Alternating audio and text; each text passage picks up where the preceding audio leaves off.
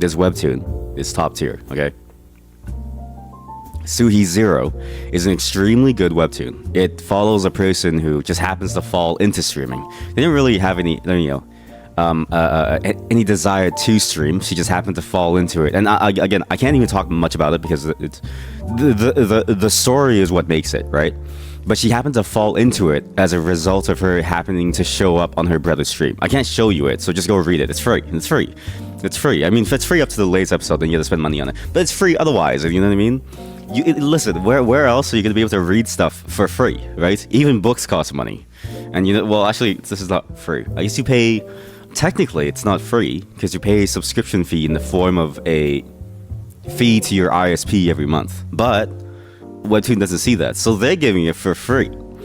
It's a really good Webtoon. Okay, it explores somebody's descent into what is streaming, and it is very, very interesting because it tackles some of the topics that you hear about that are on the more extreme side, as well as the more casual side of it as well. It's a very interesting sort of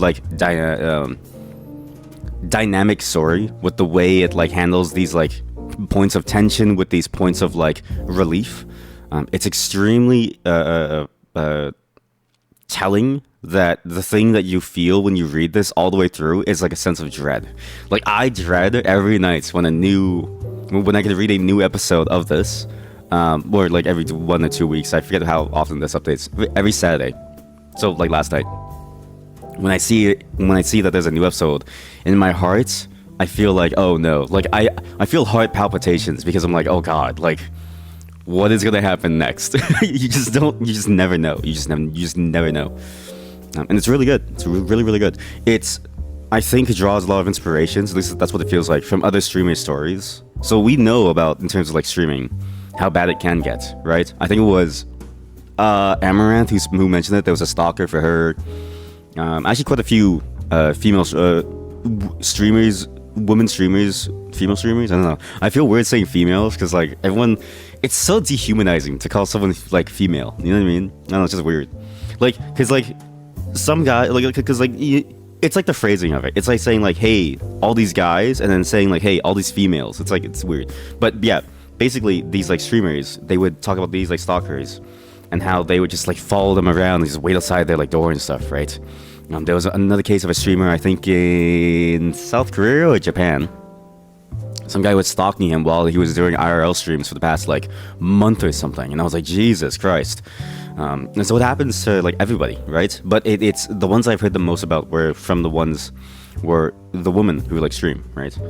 And it's fascinating to see this story tackle topics like that, or tackle topics okay, well, what does it mean to be in a friendship as a streamer with another streamer? Is it real or is it fake? You don't really know, right?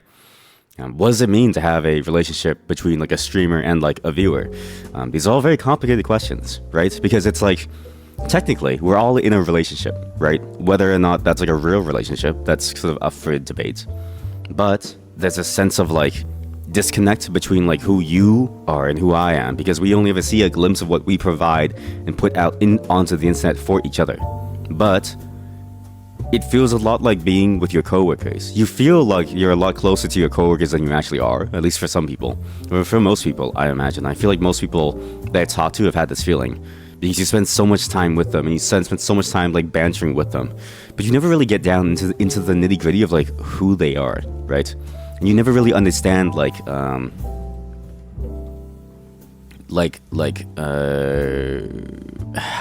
do I say this? You get a glimpse of who they are, and you never really capture the full complexity of who they are deep inside of them, right?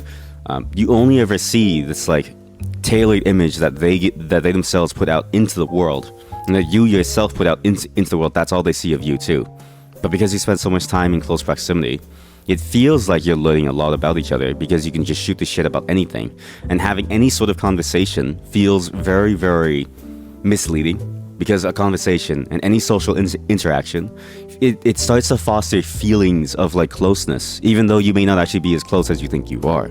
It's one of those weird catch-22s. It's one of those weird annoying things too. I think when At least for me, when I was younger, that idea of like, okay, like knowing somebody, talking to them a lot, and you start to grow feelings for them, but then like you have to stop yourself to be like, hey, wait, like we're just hanging out. Like there's actually nothing else. There's no ulterior motive. We're just hanging out, right? Or it's like you feel like you're starting to become friends with someone just because you like meet them a couple times at like common functions and you start talking to them. But just because you may be in the same group, it's like you still need to stop yourself and be like, hey, like until you really get to know them, like you're not really like close like friends yet, right? You're more acquaintances more than anything. It's I think why that word acquaintance even exists is to describe a situation like that. That situation where you feel close to somebody, but you're not actually close, but you're close enough to where it's like you wouldn't mind seeing them. You know what I mean? But you just don't know anything about them. You haven't yet breached that barrier to become even closer, but you breached enough of that barrier to move on from being strangers. So you're just in this limbo space between strangers and friends, where you're an acquaintance. There's a lot of interesting topics about streaming that I can go on and on about, but we're going to be exploring, in general, I think what it means to be a streamer today. This webtoon is very important because this webtoon has been on my mind and it's giving me a lot of heart palpitations. I cannot tell you. Listen, this is one of the most terrifying things that I've read. Not in the sense of like I imagine it happening to me, but in the sense of like it's absolutely dreadful what happens to the character, and like just having the bare minimum amount of empathy. You feel like it's such a complicated situation. The way it this is the one thing that I will say about this webtoon that you will enjoy a lot. It presents a story where there is no clear bad person. Everybody is bad in their own way, and everybody does something that leads it down this bad road. But some people take it significantly further than the others, right? That's really, really good. It's really, really hard to hit that sort of like gray scale of like, okay, who is bad, who is good. And again, today we're going to be exploring a lot of this. I want to explore more of this eventually in the future during one of our reading streams, but I still need to actually do the thing to the VR chat world. Again, sorry, development takes a while, okay? I'm a slow person. I've got multiple projects going on at the same time. I mean, also, I just stopped being sick, so it's like, I can actually like think now. When you're sick, your brain activity goes down to like 0. So, we're gonna be playing a game called Needy Streamer Overload. But there's one song that I wanted to show you all before we start. So, just a quick song break, and then we'll just get into it. Because I found this song again. I remember hearing this as like a kid. I think my sister played it, and it's such a good song when you really listen to it. It's not even like the lyrics necessarily. Like the lyrics are okay. It's just your typical 80s like romance song basically, but it's the way that they handle the harmonics and the sounds. It's very, very good. It sounds very, very nice. This is a song called "How Deep Is Your Love" by the Bee Gees. And we'll be back in just a moment. BRB.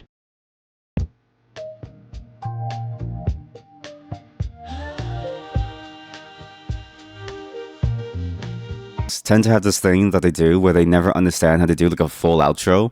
And so back then, a lot of songs, what they used to do was just fade out singing the chorus, right? The fade out is like the classical way of ending these old songs always.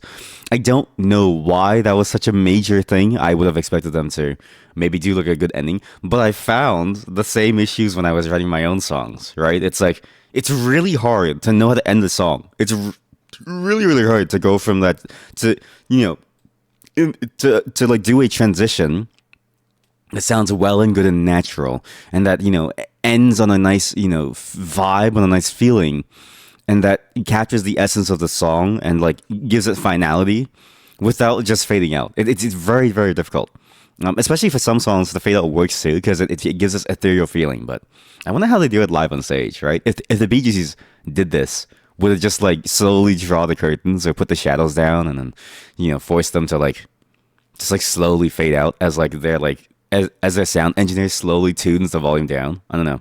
It'd be very fascinating to like see.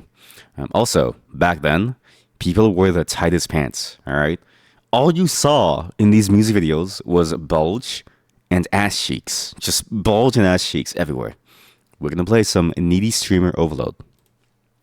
Now, as I told you before we started, this is going to be a very interesting game.